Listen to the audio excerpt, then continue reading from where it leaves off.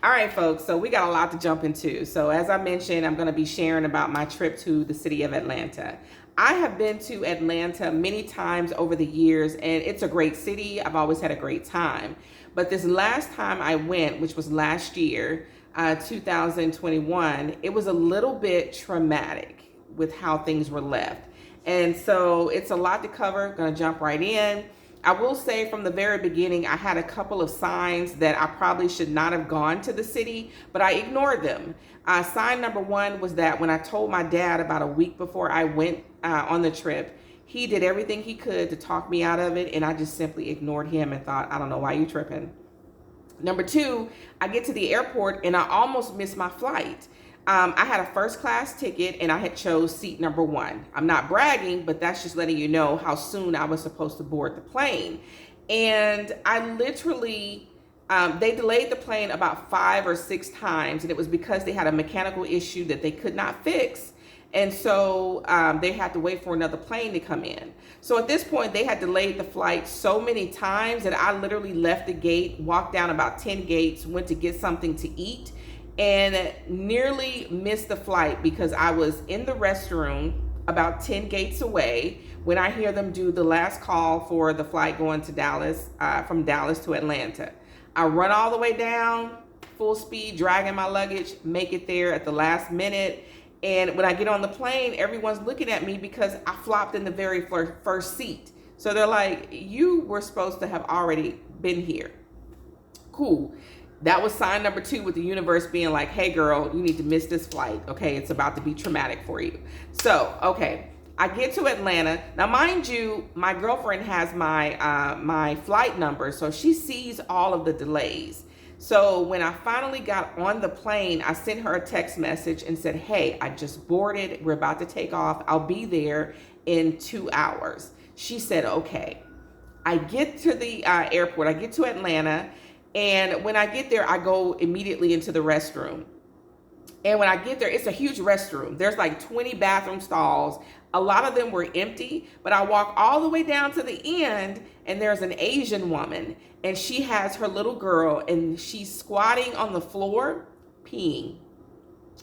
And I'm thinking, I could say something, or I could mind my own business, because if you got the mindset to piss on the floor when there are a whole bunch of empty stalls, that's not anything I can fix. Let me just mind my business. So I didn't say anything. I just came out. I used the restroom.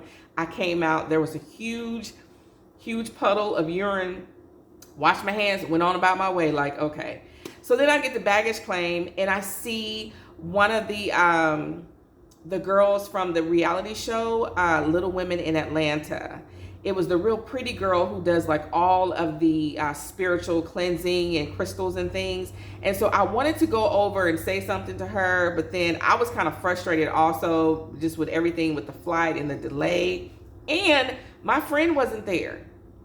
So, but anyway, I didn't say anything to the lady. I just left it alone or whatever. She was beautiful in person, just as she is on television.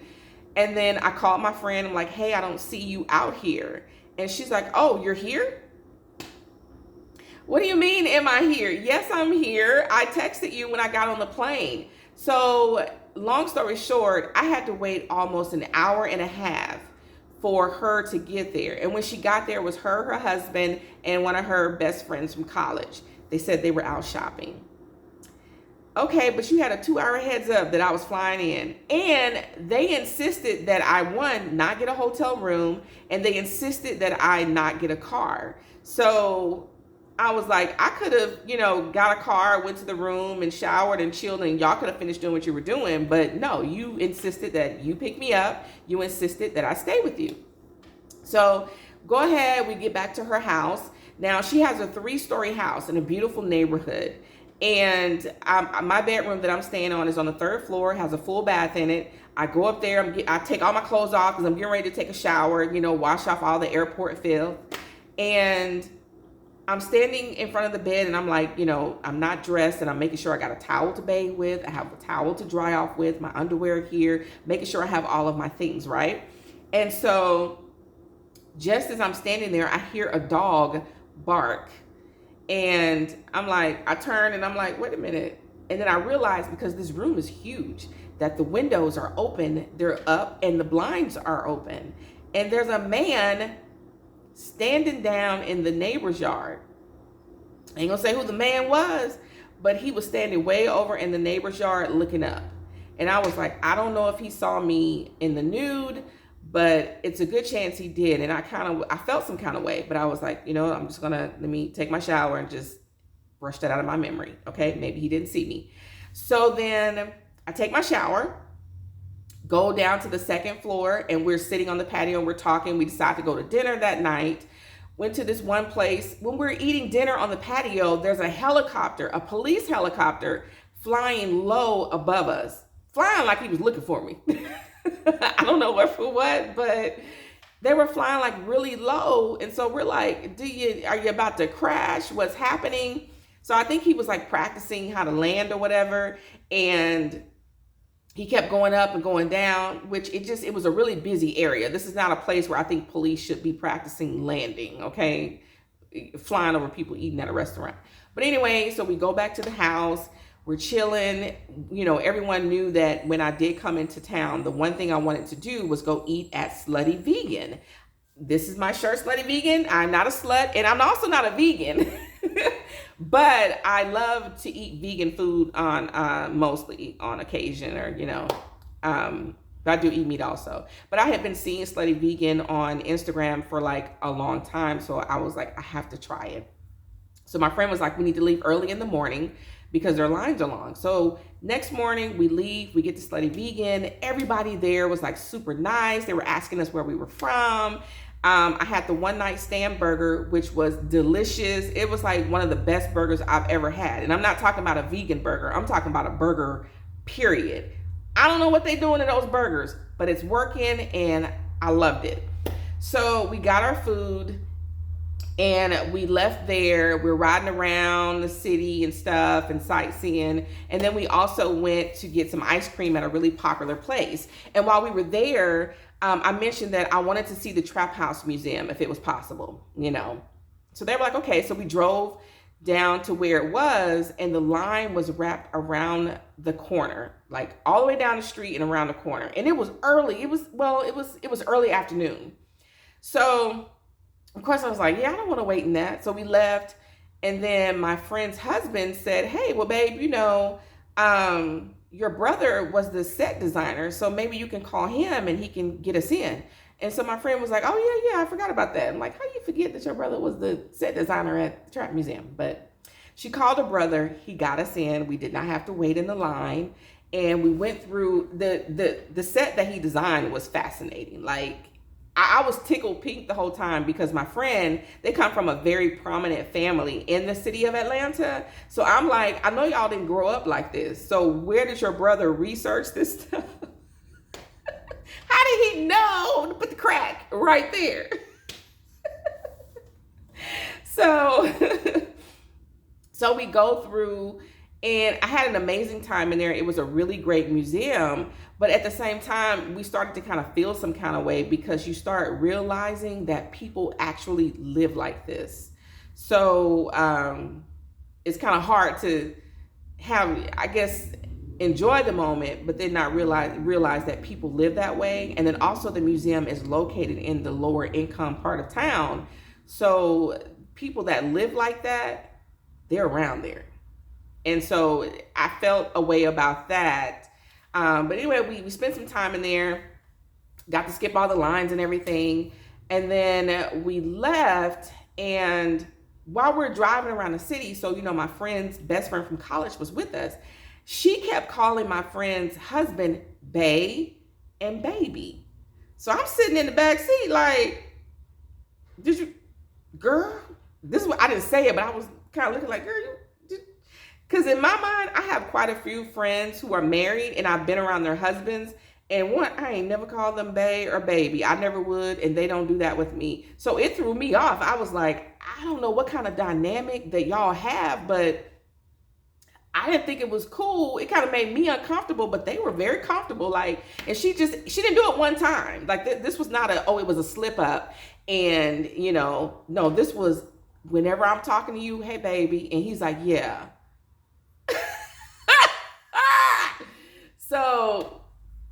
I just, like I said, I have this thing about just minding my own business. So I just minded my own business. But while we were in the car, her husband started talking about the lyrics to certain songs and how they would be talking about sex. So you really didn't know they were talking about sex and you just vibing to it. And so as we're talking, we're like, yeah, dang, they were, you know. So just conversation in the car. We leave there. We go to like CVS or something. And while we're in the CVS, I bought like a candy bar. We like all split up in the store, and I bought something. I'm standing by the register eating my candy bar and waiting for my friend. And I turn around and I catch my friend giving me the stank face, like, and I'm like, what did I do? Now I will tell you, in hindsight, at that time I didn't get it, but in hindsight, I realized later on that when we were at the museum, I was really excited to be there because I've been wanting to go there for a while. And my friend's husband had my phone and he was taking my pictures, following me and taking my pictures. He was like, you just enjoy yourself. And so my friend and her friend, they kept leaving me behind and I kept going, hey, what's going on? I was so in the moment, I didn't notice it. I didn't really pay attention. But then I realized once I got back to Dallas that she was probably feeling some kind of way because her husband kept taking my picture and following behind me. I didn't think in that moment that he meant anything about it while doing it. But then as time was going on, like I'll kind of catch him giving me the eye, and then her friend was calling him baby. Like I was like, okay, it's something going on here that I'm not aware of.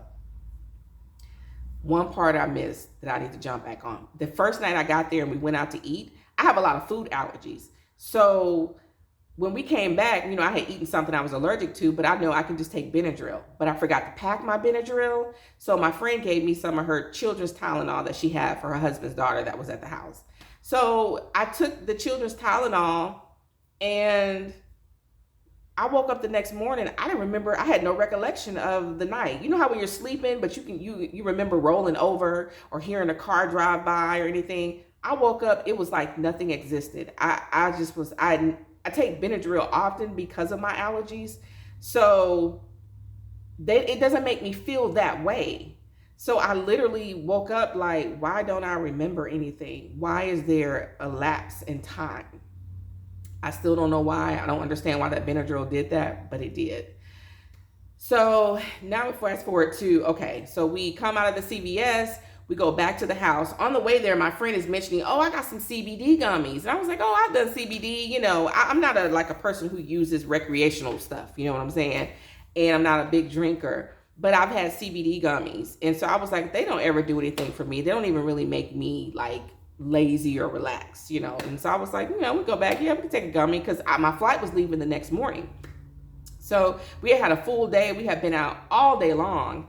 And we get back to the house. I literally forgot about the CBD, but my friend came and she was like, you want the gummies or you want the honey stick? And I was like, honey stick, what's that? She was like, it's CBD. I'm like, okay, well, I'll try the honey stick. I've never done a CBD honey stick. So I said, how much do I take? Because it was like this long and it was really, really skinny, like a those little candy pixie sticks. And so I said, how much do I take? She's like, you just do the whole thing. I'm like, oh, okay. So I did the whole thing. And then after I did the whole thing, her friend goes, did she do the whole thing? And she was like, yeah. And her friend was like, so I started feeling it immediately. And I was like, wait, what is that? And like CBD. I'm like, CBD has never made me feel this way. So I'm laying on the couch and I asked my friend for a blanket because I was kind of cold. She threw the blanket and hit me with it. And her friend looked at her like, girl, what you? Threw the blanket at me, y'all. Hit me. Like, she didn't pass me the blanket nicely. She hit me with the blanket. So I'm at this point, I'm not really myself because of the honey stick. So got the blanket. And then time goes on and I just remember looking to my left, seeing my friend at the front door crying and her husband comforting her. And I'm like, what's going on? But I can't really move. So then I started laughing out of nowhere. I don't even know what, nothing was funny. So I started laughing at the top of my lungs. Then I started crying at the top of my lungs. Then I started laughing again, and I kept going in between it. And I said, what is wrong with me? So at this point, I can hear myself talking, but I don't know if I'm thinking or if I'm talking out loud, but it's just a constant motion. Then I started seeing these kaleidoscopes. Seriously, I see like all these kaleidoscopes, and I'm like, oh my God. Then I felt my heart beating really fast, and then I could hear it. And I'm like, I'm not supposed to hear my heart beating like this. So I asked for some water, and I don't know if she was moving in slow motion or she, because at this point, I'm high, okay? And I've never done marijuana before. I've only had CBD, but I understand that's different, okay, from like the actual thing. So I finally am like, please call the ambulance. Something's not right. And they were like really hesitant. And I was like, no, call the ambulance. Something's not right or whatever. I started having panic attacks, like really, really bad panic attacks rushing through my whole body. And my heart's like beating really fast. And I can hear it like it's on microphone. And I'm tripped out. So the ambulance gets there. It took a long time for the ambulance to get there, first of all, because they live way out in the boondocks. The ambulance gets there. They're like, what's going on? What did you take? And so they kept saying CBD. And they were like, well, CBD doesn't do this to you. So the ambulance people called the paramedics, which I learned that night that the ambulance and paramedics are not the same thing. The paramedics are a step up. So they were like, this girl is so bad. So the paramedics get there and they're like, I've been doing this 20 plus years. CBD don't do this to you. It was something else. And so they were like, where's the package of what you had? I told them I threw it in the trash. Her husband went and took the trash, y'all, and put it in a compressor while they were there. They were like, wait, what you do? He put, oh yeah, I put it in the compressor. We can't get that. So they were like looking at me like, girl, what these people give you? And I'm like, well, CBD. Then I start going into my hallucination and I'm like, oh my God, we should have never went to the trap house. It was crack on the table. It was just so much crack. And they're like, crack. So I see the paramedics start getting out this pen, like, we're going to have to give her a shot. And they were like, my friends were like, no. And they were like, ma'am, y'all went to the trap house today?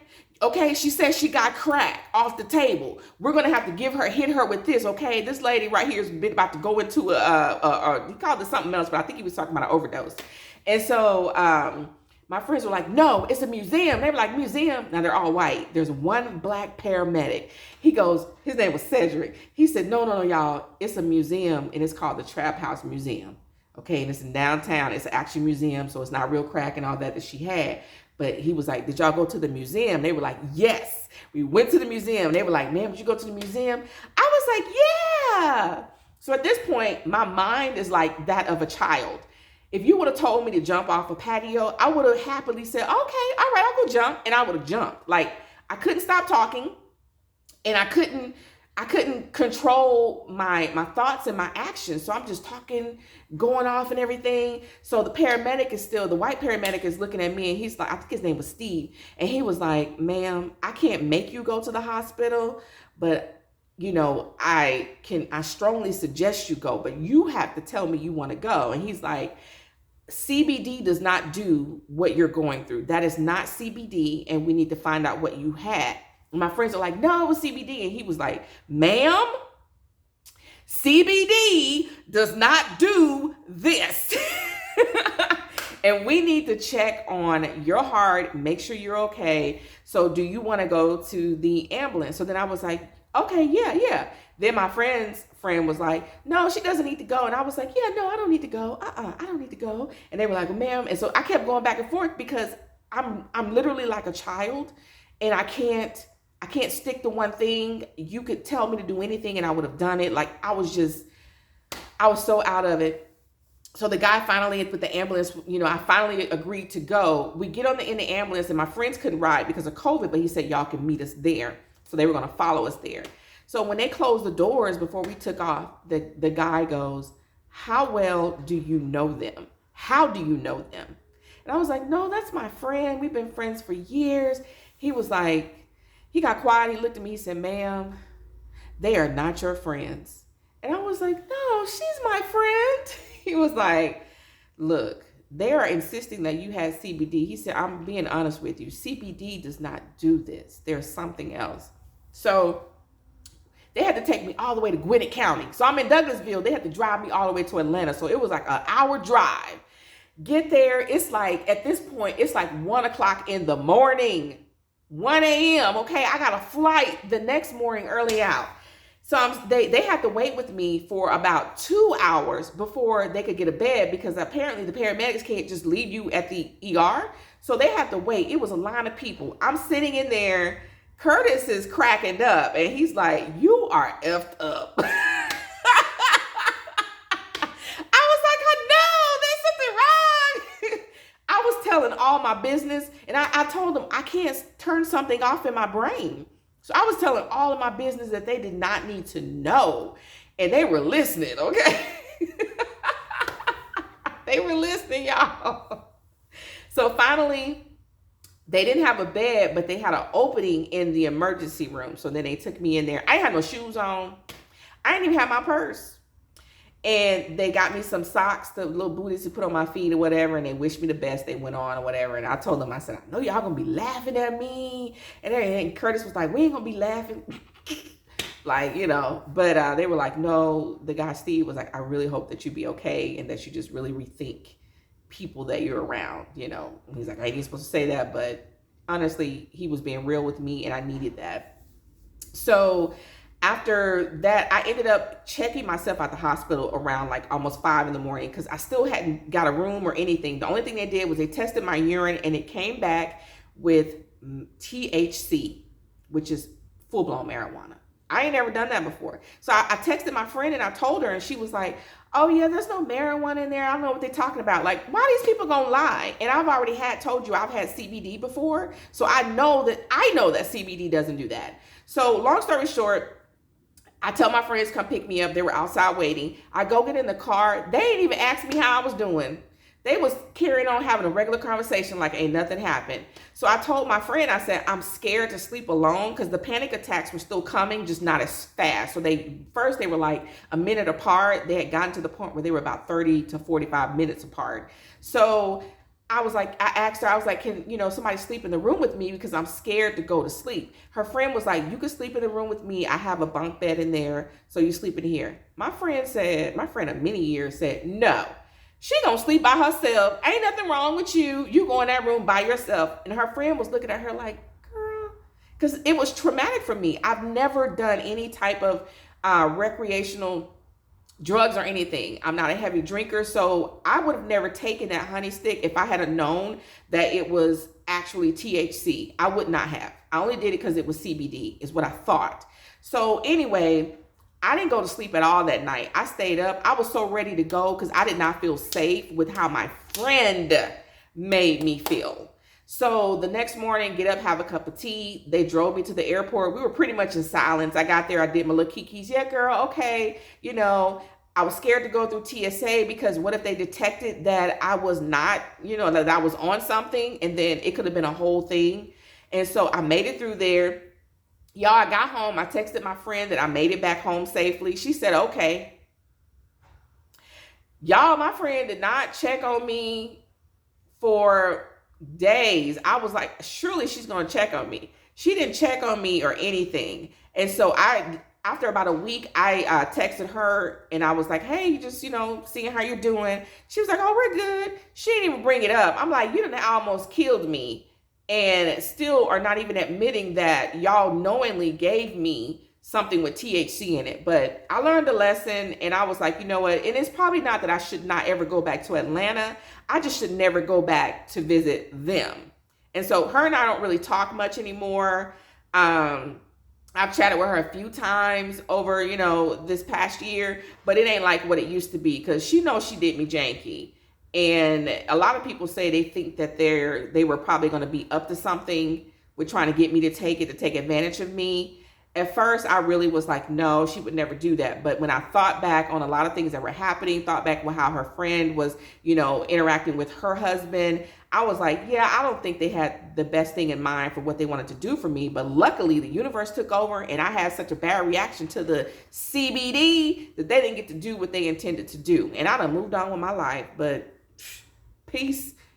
Watch out who you hang with, and go ahead and smash that like button and the subscribe button and come back, because I'll be sharing many more tales and things about that I've been through. These are my real life personal experiences. And just like I said, comment in the chat if you've experienced something similar to this, or if you just want to give me some well wishes, because I need them, y'all.